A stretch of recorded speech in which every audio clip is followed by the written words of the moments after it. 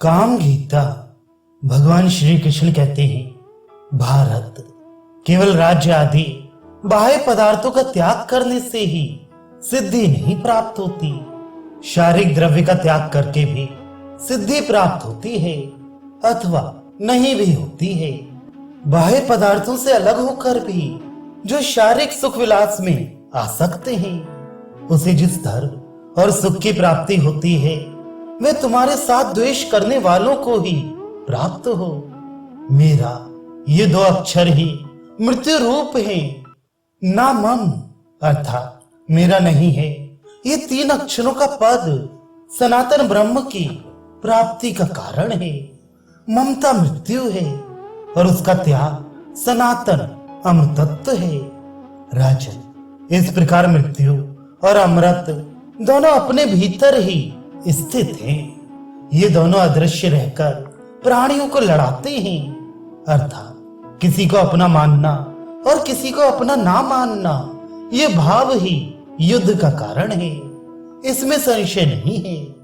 भरत नंदन, यदि इस जगत की सत्ता का विनाश ना होना ही निश्चित हो, तब तो प्राणियों के शरीर का भेदन करके भी मनुष्य अहिंसा का ही फल प्राप्त करेगा। चराचर प्राणियों सहित समूची पृथ्वी को पाकर भी जिसके उसमें ममता नहीं होती, वह उसको लेकर क्या करेगा? अर्थात उस संपत्ति से उसका कोई अनर्थ नहीं हो सकता। किंतु कुंती नंदन, जो वन में रहकर जंगली फल मूलों से ही जीवन निर्वाह करता है, उसकी भी यदि द्रव्यों में ममता है तो वह मौत के मुख में ही विद्यमान है। भारत, बाहरी और भीतरी शत्रुओं के स्वभाव को देखिए, समझिए, ये मायामय होने के कारण मिथ्या है, ऐसा निश्चय कीजिए। जो माइक पदार्थों को ममत्व की दृष्टि से नहीं देखता, वह महान भय से छुटकारा पा जाता है। जिसका मन कामनाओं में आसक्त है, उसकी संसार के लोग प्रशंसा नहीं करते। कोई भी प्रवृत्ति बिना कामना के नहीं होती और समस्त कामनाएं मन से ही प्रकट होती हैं। विद्वान पुरुष कामनाओं को दुख का कारण मानकर उनका परित्याग कर देते हैं। योगी पुरुष अनेक जन्मों के अभ्यास से योग को ही मोक्ष का मार्ग निश्चित करके कामनाओं का नाश कर डालता है। जो इस बात को जानता है, वेदान, वेदाध्ययन, तप, वेदोक्त कर्म, व्रत, यज्ञ, नियम और ध्यान योग आदि का कामना पूर्वक अनुष्ठान नहीं करता। तथा जिस कर्म से वह कुछ कामना रखता है, वह धर्म नहीं है। वास्तव में कामनाओं का निग्रह ही धर्म है और वही मोक्ष का मूल है। युधिष्ठिर, इस विषय में प्राचीन बातों के जानकार विद्वान एक पुरातन गाथा का वर्णन किया करते हैं, जो काम गीता कहलाती है। उसे मैं आपको सुनाता हूं, सुनिए। काम का कहना है कि कोई भी प्राणी वास्तविक उपाय, निर्ममता और योगाभ्यास का आश्रय लिए बिना मेरा नाश नहीं कर सकता है।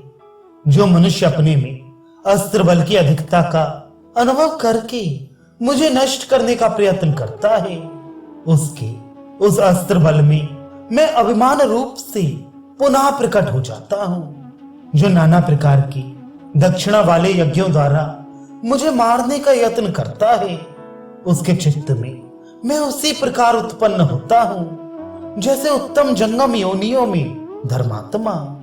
जो वेद और वेदांत के स्वाध्याय रूप साधनों के द्वारा मुझे मिटा देने का सदा प्रयास करता है, उसके मन में मैं स्थावर प्राणियों में जीवात्मा की भांति प्रकट होता हूं।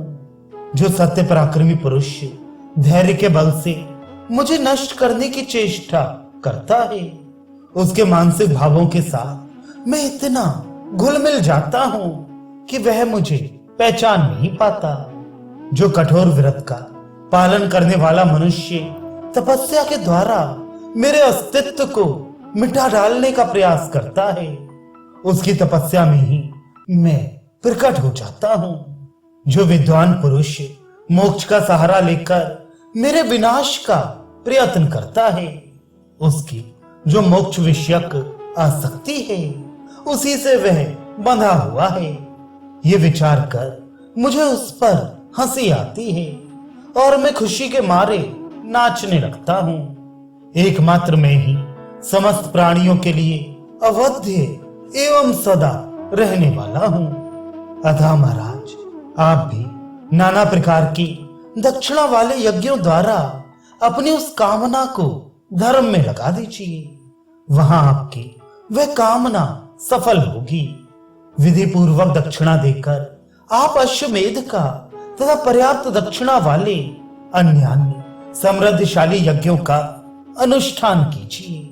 अपने मारे गए भाई बंधुओं को बारंबार याद करके आपके मन में व्यथा नहीं होनी चाहिए। इस सम्रांगण में जिनका वध हुआ है, उन्हें आप फिर नहीं देख सकते। इसलिए आप पर्याप्त दक्षिणा वाले समृद्धशाली महायज्ञों का अनुष्ठान करके इस लोक में उत्तम कीर्ति और परलोक में श्रेष्ठ गति प्राप्त करेंगे।